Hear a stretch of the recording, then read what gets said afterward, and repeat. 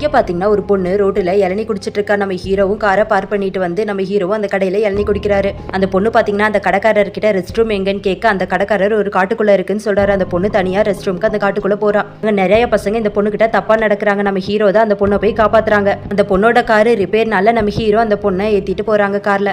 இப்படி போயிட்டு இருக்கும்போது நம்ம ஹீரோவோட வாழ்க்கை வரலாறு சொல்ல ஆரம்பிக்கிறாரு அந்த பொண்ணுகிட்ட. நம்ம ஹீரோ பார்த்தீங்கன்னா சின்னதுல இருந்தே நிறைய பொண்ணுக்கு ப்ரப்போஸ் பண்ணி பயங்கரமா மொக்க வாங்கியிருக்கிறாரு.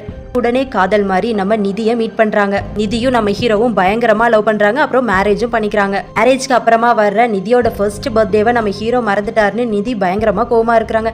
ஆனா நம்ம நிதிக்கு சர்ப்ரைஸ் கொடுக்கணும்னு ஹீரோ பயங்கரமா டெக்கரேஷன்லாம் பண்ணி வச்சிருக்காரு. நிதி நைட் டோரை ஓபன் பண்ணி பாக்குறாங்க. பயங்கரமா சர்ப்ரைஸ் ஆயிடுறாங்க. இப்படி இவங்க சந்தோஷமா இருக்கும்போது நம்ம நிதிக்கு திடீர்னு உடம்பு சரியில்லாம போயிடுது. ஹாஸ்பிட்டலுக்கு கூட்டிட்டு போனா நிதிக்கு கேன்சர்னு நிதி முன்னாடியே டாக்டர் சொல்லிடுறாங்க. ஹாஸ்பிட்டல்லே வச்சு ரொம்ப நாள் ட்ரீட்மெண்ட் பண்ணிட்டு இருக்காங்க. லாஸ்ட்ல பாத்தீங்கன்னா டாக்டர் இன்னும் கொஞ்ச நாள் தான் உயிரோட இருப்பாங்கன்னு சொல்லிடுறாங்க. நிதி சொல்றேன் என்னை வீட்டுக்கு கூட்டிட்டு போய் என்னை வீட்டுல வச்சு பாத்துக்கன்னு சொல்ற. நம்ம ஹீரோவும் நிதியை வீட்டுக்கு தூக்கிட்டு போய் பாத்துக்கிறாங்க. பாத்தீங்கன்னா நம்ம ஹீரோ மடியிலேயே இறந்துடுறாங்க.